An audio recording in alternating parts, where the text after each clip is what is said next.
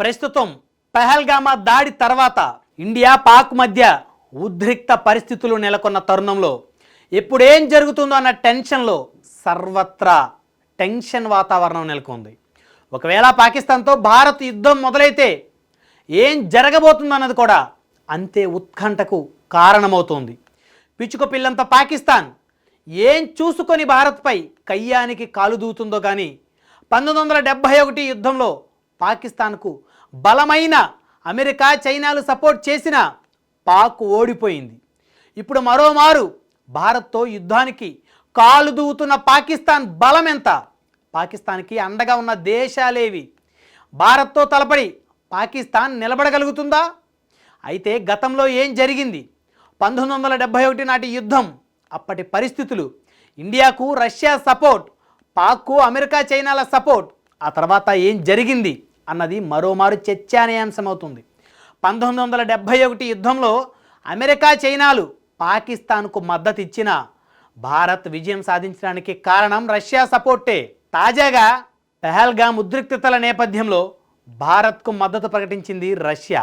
ప్రపంచంలోనే అతిపెద్ద దేశం రష్యా. ఆసియా, ఐరోపా ఇలా 2 ఖండాల్లో విస్తరించి ఉన్న అతిపెద్ద దేశం రష్యా. భారత్ రష్యాల మధ్య స్నేహం ఇప్పటిది కాదు, కొన్ని దశాబ్దాల నుంచి కొనసాగుతోంది. 1971 నాటి ఇండో పాకిస్తాన్ యుద్ధ సమయంలో మన దేశానికి వ్యతిరేకంగా పాక్కు మద్దతుగా అమెరికా, చైనా సహా అనేక దేశాలు నిలిచాయి. ఒంటరిగా ఉన్న మన దేశానికి అన్ని విధాలుగా అండగా నిలిచింది రష్యా మాత్రమే. భారత్కు అడుగడుగున అండగా నిలవడంతో నాడు పాకిస్తాన్తో జరిగిన యుద్ధంలో భారత్ గెలుపు జెండా ఎగురవేసింది. 200 ఏళ్ల బ్రిటిష్ పాలన నుండి భారతదేశం స్వాతంత్రం పొంది అప్పటికి కేవలం 24 సంవత్సరాలు మాత్రమే అయింది.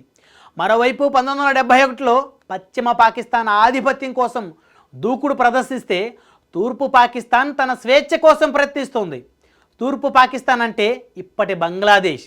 అయితే అప్పటి పాక్ ప్రధాని ఖాన్ ఆదేశాల మేరకు పాకిస్తాన్ సైన్యం మార్చి 25, 1971 రాత్రి తూర్పు పాకిస్తాన్ ప్రజలపై ఆపరేషన్ సెర్చ్ లైట్ని ప్రారంభించింది. దీంతో 1971 డిసెంబర్ 3న భారత్ పాకిస్తాన్ యుద్ధం ప్రారంభమైంది.